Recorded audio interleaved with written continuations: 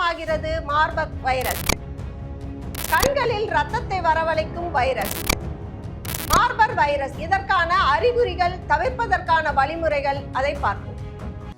கவலையின்றி சுவாசியுங்கள். உலகின் தலை சிறந்த மருத்துவர்கள் உங்களுக்கு சிகிச்சை அளிக்கிறார்கள். நுரையீரல் அறுவை சிகிச்சையில் உலக விகிதத்தை விட அதிக வெற்றி. நீங்கள் புகைப்பிடிக்கும் பழக்கம் உள்ளவரா? ஆண்டுக்கு ஒரு முறை லோ டோஸ் சிடி ஸ்கேனில் பரிசோதித்து உங்களையும் உங்கள் குடும்பத்தாரின் பாதுகாப்பை உறுதி செய்து கொள்ளுங்கள். ரூபாய் 5000 மதிப்புள்ள பரிசோதனை ரூபாய் 2500 மட்டுமே. தங்கம் மருத்துவமனை, நாமக்கல் மற்றும் கான்பூர். ஆப்பிரிக்க நாடுகளான ருவாண்டா, காங்கோ, கென்யா, உகண்டா, இந்த இடங்களெல்லாம் மார்பர்க் வைரஸ் தீவிரமா பரவிட்டு வருது. 15 பேர் இந்த மார்பர்க் வைரஸால பலியாயிருக்காங்க. எப்போலோ வைரஸ் அந்த குடும்பத்தை சேர்ந்தது தான் இந்த மார்பர்க் வைரஸ். எப்போலோ பாதித்தால் காய்ச்சல், வாந்தி, ரத்தப்போக்கு, வயிற்றோட்டம் இதெல்லாம் ஏற்படும். அதுவே இந்த மார்பர்க் பண்புகளும் ஒத்து போகுது. இதுவும் உயிரிழப்பை ஏற்படுத்தும். அதனாலேயே இப்பொழுது விழிப்புணர்வு தேவைப்படுகிறது. மார்பர்க் வைரஸ் பழந்தின்னி வௌவால் இதுகிட்ட இருந்து தான் விலங்குகளுக்கு பரவுது. விலங்குகளிடமிருந்து மனிதர்களுக்கு பரவுது. இந்த வைரஸ் மனிதர்களிடையே எளிதா பரவுவதால நோய் பாதித்தவர்கள் தனிமைப்படுத்தப்படணும். இரத்த பரிசோதனை மூலம் இந்த மார்பர்க் வைரஸ் பாதிச்சிருக்கிறத கண்டுபிடிச்சிடலாம். மார்பர்க் வைரஸுக்கு தடுப்பூசின்னு இதுவரைக்கும் எதுவும் இல்லை. இந்த வைரஸால பாதிக்கப்பட்டவங்க அதன் அறிகுறிகளை 3 வாரங்கள் வரை நீடிக்குது.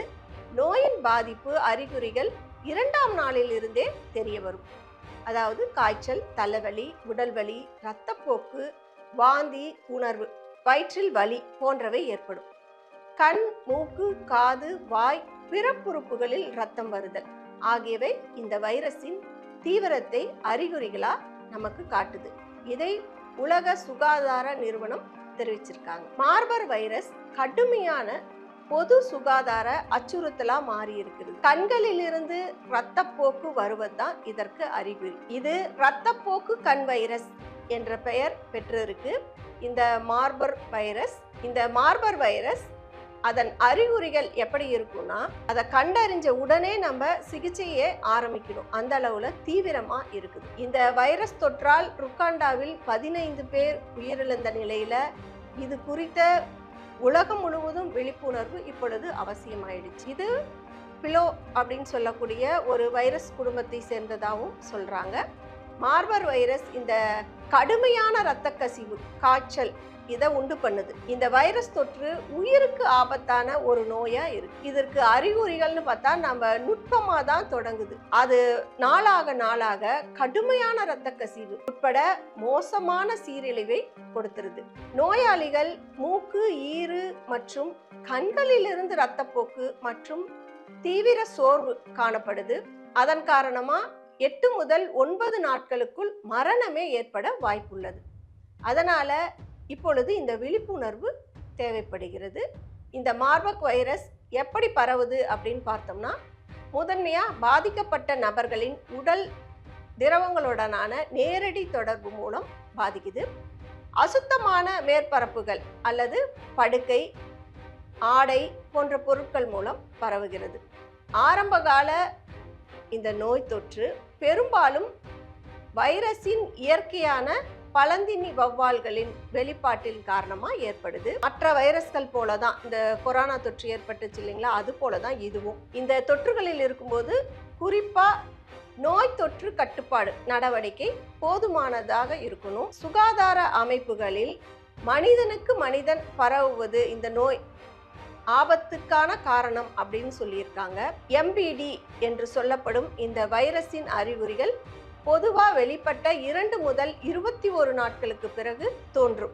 ஆரம்ப அறிகுறிகள்னு பார்த்தோம்னா, உயர்தர காய்ச்சல், கடுமையான தலைவலி, தசைவலி, மிகுந்த சோர்வு, 3ஆம் நாளில் வயிற்று வலி, குமட்டல், வாந்தி மற்றும் வயிற்றுப்போக்கு போன்ற இரைப்பை குடல் அறிகுறி உருவாகுது. இந்த நோய் முன்னேறும் பொழுது 5ஆவது நாளில் இரத்த கசிவா அறிகுறிகள் வெளிப்படுது. கண், மூக்கு, ஈறு மற்றும் பிற துவாரங்களில் இருந்து இரத்தப்போக்கு ஏற்படுது. வாந்தி எடுக்கும் பொழுது ரத்தம் வருது. சில சமயங்கள் அரிப்பே இல்லாத சொறி, ஆர்கிட்டிஸ் அப்படின்னு சொல்லப்படும் விரைகளில் அலர்ஜி மேம்பட்ட நிலைகளில் நோயாளிகள் பெரும்பாலும் மூழ்கிய கண்கள், ஆழ்ந்த சோம்பல் போன்ற தோற்றத்துடனே இருக்கிறாங்க. MBD என்ற இந்த தொற்றை கண்டறிய RD மற்றும் PCR ஆன்டிஜென் கண்டறிதல் மற்றும் வைரஸ் தனிமைப்படுத்துதல் போன்ற மேற்கண்ட ஆய்வக சோதனைகள் தேவை. ஆரம்பகால நோயாளிகள் வைரஸை கட்டுப்படுத்துவதற்கு ஆதரவான சிகிச்சை தொடங்குவதற்கு முக்கியம். அதனால மருத்துவமனைக்கு நம்ம உடனடியாக போயிடுறது ரொம்ப அவசியமா கருதப்படுது. இது உயிர் போக்கும் நோய். அதனால இந்த மாதிரி தொற்றுக்கள் இருக்கு அப்படின்னு நீங்க பாத்தீங்கன்னா உடனே மருத்துவமனைக்கு போயிடணும். தற்பொழுது மார்பர்க் வைரஸ் நோய் அங்கீகரிக்கப்பட்ட தடுப்பூசி அல்லது வைரஸ்களுக்கு உண்டான தடுப்பூசி அந்த மாதிரி எதுவும் இல்லை. தீவிர நிலையில ஆக்சிஜன் அளவை பராமரித்தல், இரத்த கசிவு போன்ற குறிப்பிட்ட அறிகுறிகளை நிர்வகிக்க சில ஆன்டிபயாட்டிக் தடுப்பூசிகள் உள்ளிட்ட பரிசோதனை சிகிச்சைகள் வளர்ச்சியில் இருக்கு. அதை நம்ம பயன்படுத்திக்கணும். ஆனால் இதற்கு இன்னும் பரவலா உண்டான மருத்துவ வசதி கிடைக்கலன்னு தான் சொல்லணும். இந்த நோய் தொற்றை தடுப்பதற்கான வழிமுறைகள்னு பார்த்தீங்கன்னா, பழந்தின்னி வௌவால்கள் மற்றும் பாதிக்கப்பட்ட நபர்களுடனான தொடர்பை தவிர்க்கிறது. வைரஸ் வௌவால்களில் இருந்து உருவாகுது. இந்த விலங்குகள் மற்றும் அவற்றின் வாழ்விடங்களுக்கு நம்ம போவதை குறைச்சிக்கணும். இது முக்கியமா இருக்கு. கடுமையான தொற்று கட்டுப்பாடு அவசியம். சுகாதார அமைப்புகளில் வைரஸ் பரவுவதை தடுக்க தனிப்பட்ட பாதுகாப்பு உபகரணங்களில் சரியான பயன்பாடு மற்றும் கடுமையான சுகாதார நெறிமுறைகள் அவசியம். மார்பர்க் வைரஸ் தடுப்பூசி அல்லது குறிப்பிட்ட வைரஸ் தடுப்பூசி சிகிச்சை இல்லாததால முன்கூட்டிய கண்டறிதல் மற்றும் ஆதரவான கவனிப்பு ஆகியவை இந்த கொடிய நோயின் தாக்கத்தை தணிக்க ஒரே வழி. மேலும் இது குறித்து தொடர்ச்சியா ஆராய்ச்சிகள் பண்ணிட்டு இருக்காங்க. எதிர்காலத்தில் இதை தடுப்பதற்கான வழிமுறைகள், இந்த மிக கொடுமையான வைரஸை கட்டுப்படுத்துவதற்கு உண்டான வழிமுறைகள், இது தொடர்புடைய உயிரிழப்புகளை குறைப்பதற்கு வழிமுறைகள் இன்றியமையாததா இருக்குது. இது ஒரு விழிப்புணர்வு நிகழ்ச்சி. இதை கண்டு மக்கள் பயப்பட தேவையில்லை.